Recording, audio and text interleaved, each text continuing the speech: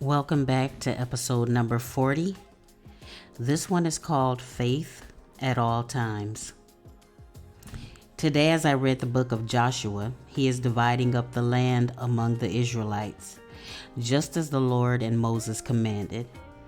In chapter 14, verses 7 through 12, Caleb approaches Joshua inquiring of the inheritance that God promised him. He is 85 years old, and Caleb describes himself as being strong as he was at the age of 40. This land was the land of the giants, the people that the Israelites of the previous generation feared. Accordingly, this trepidation caused them to forfeit the promise, requiring them to wander aimlessly in the wilderness until they died off.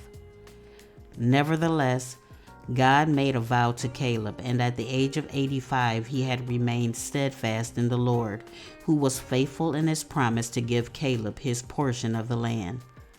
When Caleb was ready to take possession, he did not ask Joshua or any of the other tribes for help. Caleb relied on the might and word of the Lord. Furthermore, this is much needed because at times in my life, my faith starts to waver, particularly in these latter years.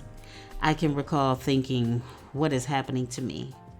My faith was much more abundant in my younger years, albeit I have been fearful that I will not be able to stand in the day of adversity, that I was becoming frail and weak, unable to carry out my purpose. Indeed, that I would even be able to determine what those aspirations are. Caleb should be an example to everyone, that no matter how advanced in age, you are never too old to boldly run towards your vision, knowing that God's word will not return unto him void, but will always prosper and accomplish his will. The ultimate promise keeper will never fail you. The Lord delights in his people who trust him, those that are willingly obedient, who willingly dedicate themselves to him. Jesus cannot fail, so what do we have to lose? Answering for myself, I will lift up my eyes unto the hills from whence my help cometh.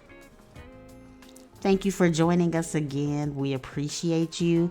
May you be blessed in your life according to God's will and purpose for your life. Thank you.